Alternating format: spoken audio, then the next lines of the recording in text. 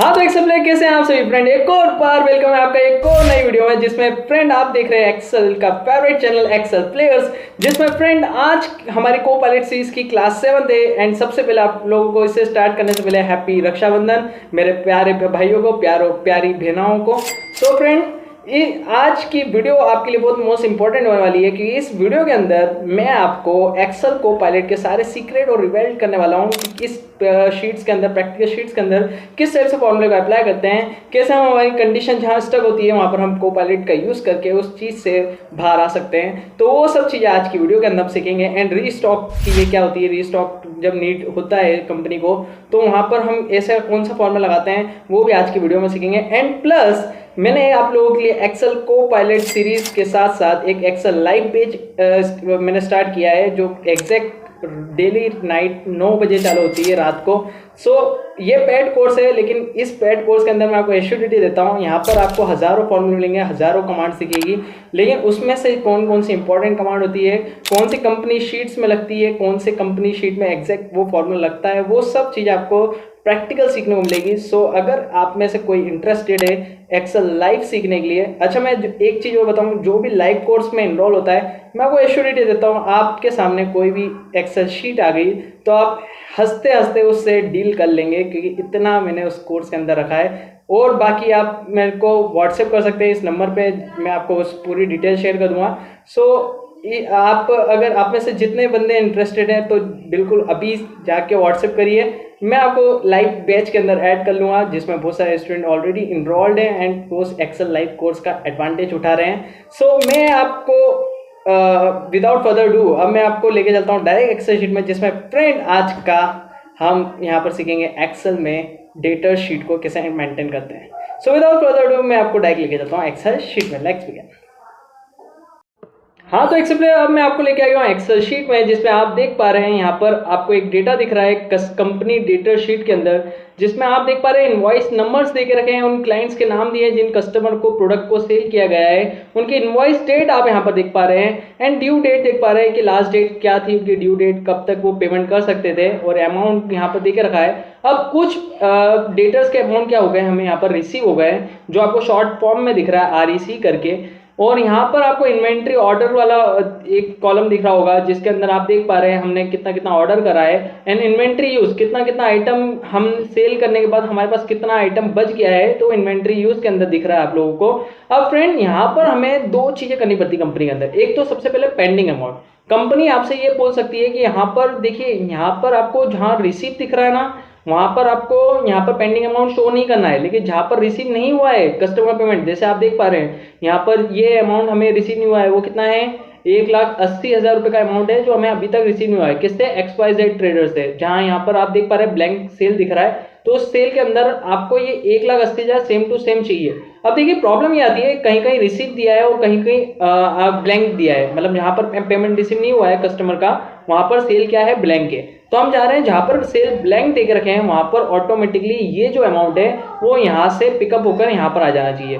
सो इसके लिए हम क्या फॉर्मूला लगाएंगे, सबसे पहले हम वही पुरानी टेक्निक जिसमें हम मैनुअल अप्लाई करते हैं फॉर्मूले को, तो हम मैनुअली अप्लाई करेंगे एंड देन फिर हम कोपायलट का यूज करेंगे। सेकंड चीज आती है इन्वेंट्री शॉर्टेज। अब यहाँ पर आप देख पा रहे हैं 120 का ऑर्डर है, मतलब इन्वेंट्री ऑलरेडी है हमारे पास, लेकिन इसमें 115 हम यूज कर चुके हैं, मतलब अभी 5 का स्टॉक है, तो इन्वेंट्री का कोई शॉर्टेज तो नहीं है, ये आपसे पूछ रहा है। तो इन्वेंट्री का कोई शॉर्टेज नहीं है तो यहाँ पर नो होना चाहिए। लेकिन जहाँ पर इन्वेंट्री का शॉर्टेज है, जैसे एग्जांपल आप यहाँ पर कहीं देख सकते हैं, यहाँ पर अगर जैसे यहाँ है, जैसे यहाँ पर आप देख पा रहे हैं 100 इन्वेंट्री है, मतलब हमारे पास 110 इन्वेंट्री यूज हो रही है, मतलब जहां पर नेगेटिव स्टॉक होगा वहां पर हमें नो वाली कंडीशन चाहिए। तो कैसे हम फाइंड आउट कर सकते हैं, जैसे होता है ना कस्टमर हमसे ऑर्डर करते हैं तो कभी कभार क्या होता है इन्वेंट्री हमारे पास अवेलेबल नहीं होती है, तो हमें पहले से ही रीस्टॉक का पता चल जाए कि कौन सी इन्वेंट्री की शॉर्टेज चल रही है, तो उसे हम पहले से ही रिफिल करवा के रीस्टॉकिंग करवा के हम सामने वाले सप्लायर या कस्टमर को दे सकें। तो हम यहाँ पर ये दो कंडीशन फाइंड आउट करने वाले हैं। तो सबसे पहले मैं मैनुअल फॉर्मूला आपको बता रहा हूँ, तो सबसे पहले देखिएगा ध्यान से, हम पेंडिंग अमाउंट निकालना सीखेंगे। तो इस सेल पे मेरे दोस्तों आपको क्लिक करना है, क्लिक करने के बाद अब मुझे क्या करना है, सबसे पहले इक्वल टू का साइन लेना है। इक्वल टू लेने के बाद आपको टाइप करना है इफ, क्योंकि यहाँ पर कंडीशन की बात है इसलिए मैं IF इफ फॉर्मूला यूज करूंगा, ब्रैकेट ओपन करूंगा शिफ्ट 9 से, एंड मैं लॉजिकल पूछ रहा है कि सर कंडीशन क्या है आपकी, तो मैंने इस लॉजिकल में सबसे पहले रिसिप्ट वाले सेल पे क्लिक करा और इक्वल टू का साइन लूंगा और टाइप करूंगा डबल इन्वर्टेड में शिफ्ट के साथ REC, और मैंने यहाँ पर क्या बताया, इसे मैं थोड़ा कॉलम को बड़ा भी कर देता हूँ ताकि आपको अच्छे से ये पूरा दिखेगा।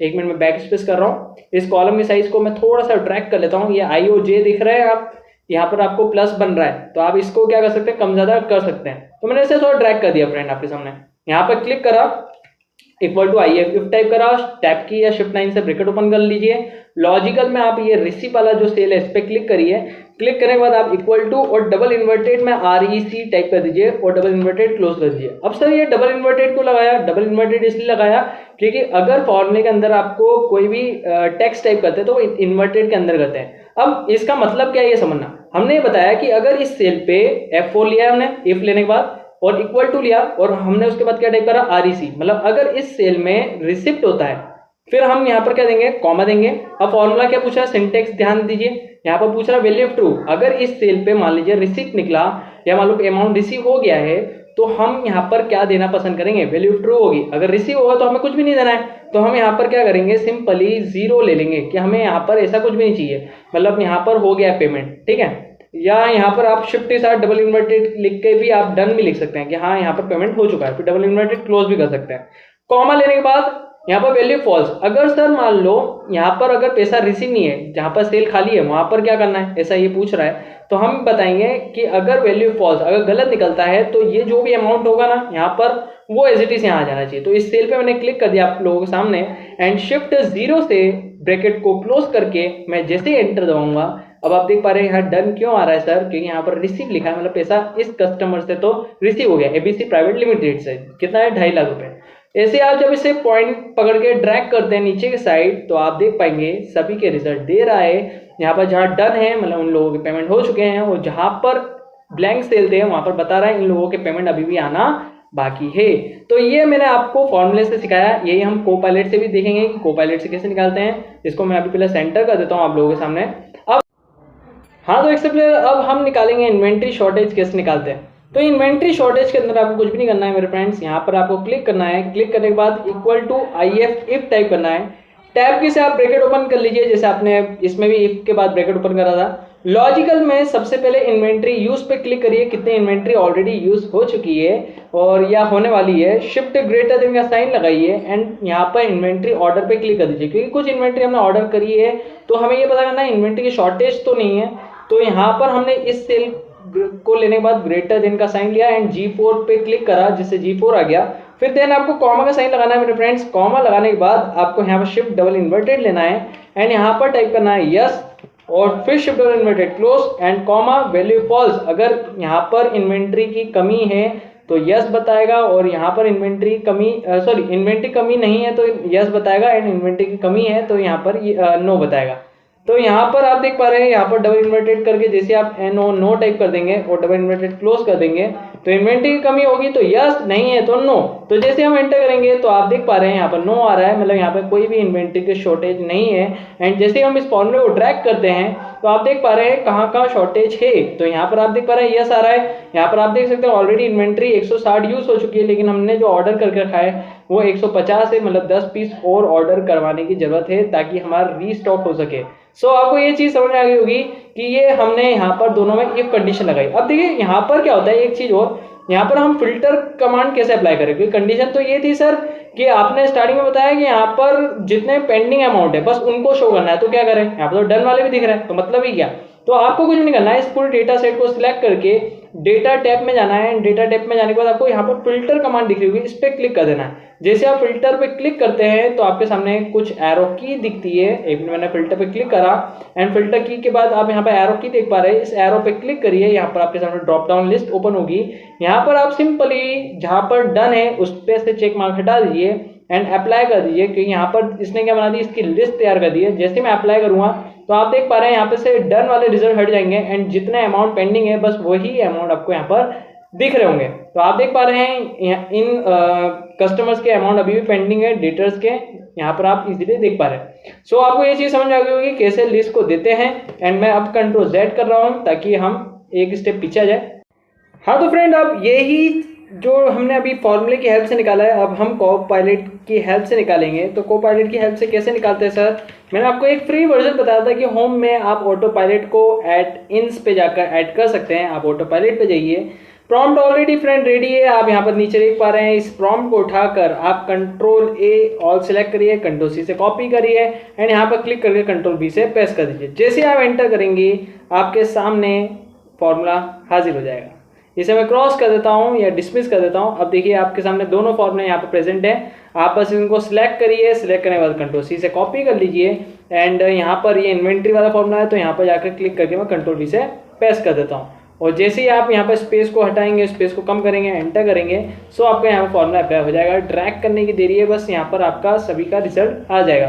सो होप आपको ये चीज़ समझ आई होगी। और ये पेंडिंग अमाउंट वाला अब आपको फाइंड करना है, ये आपके लिए होमवर्क है कोपायलट के अंदर। सो फ्रेंड, ये जो प्रॉम्प्ट है ये एक्सेल डेटा शीट में आपको प्रैक्टिस के तौर पे आपको मैं दे दूंगा। आप मेरे टेलीग्राम या व्हाट्सएप चैनल पे ज्वाइन हो जाइए। उस ग्रुप के अंदर मैंने प्रैक्टिस शीट, वीडियोस, इन सब के अपडेट में देता रहता हूँ। सो अभी तक आपने ज्वाइन नहीं करा है तो आप नीचे लिंक पे जैसे जाएंगे आप प्रैक्टिस व्हाट्सएप ग्रुप में ऐड हो सकते हैं एंड टेलीग्राम के ऑफिशियल चैनल पे भी ऐड हो सकते हैं। सो फ्रेंड, होप आपको आज का वीडियो पसंद आया हो। वीडियो पसंद आया हो तो वीडियो को लाइक करना, अपने दोस्तों के साथ शेयर करना।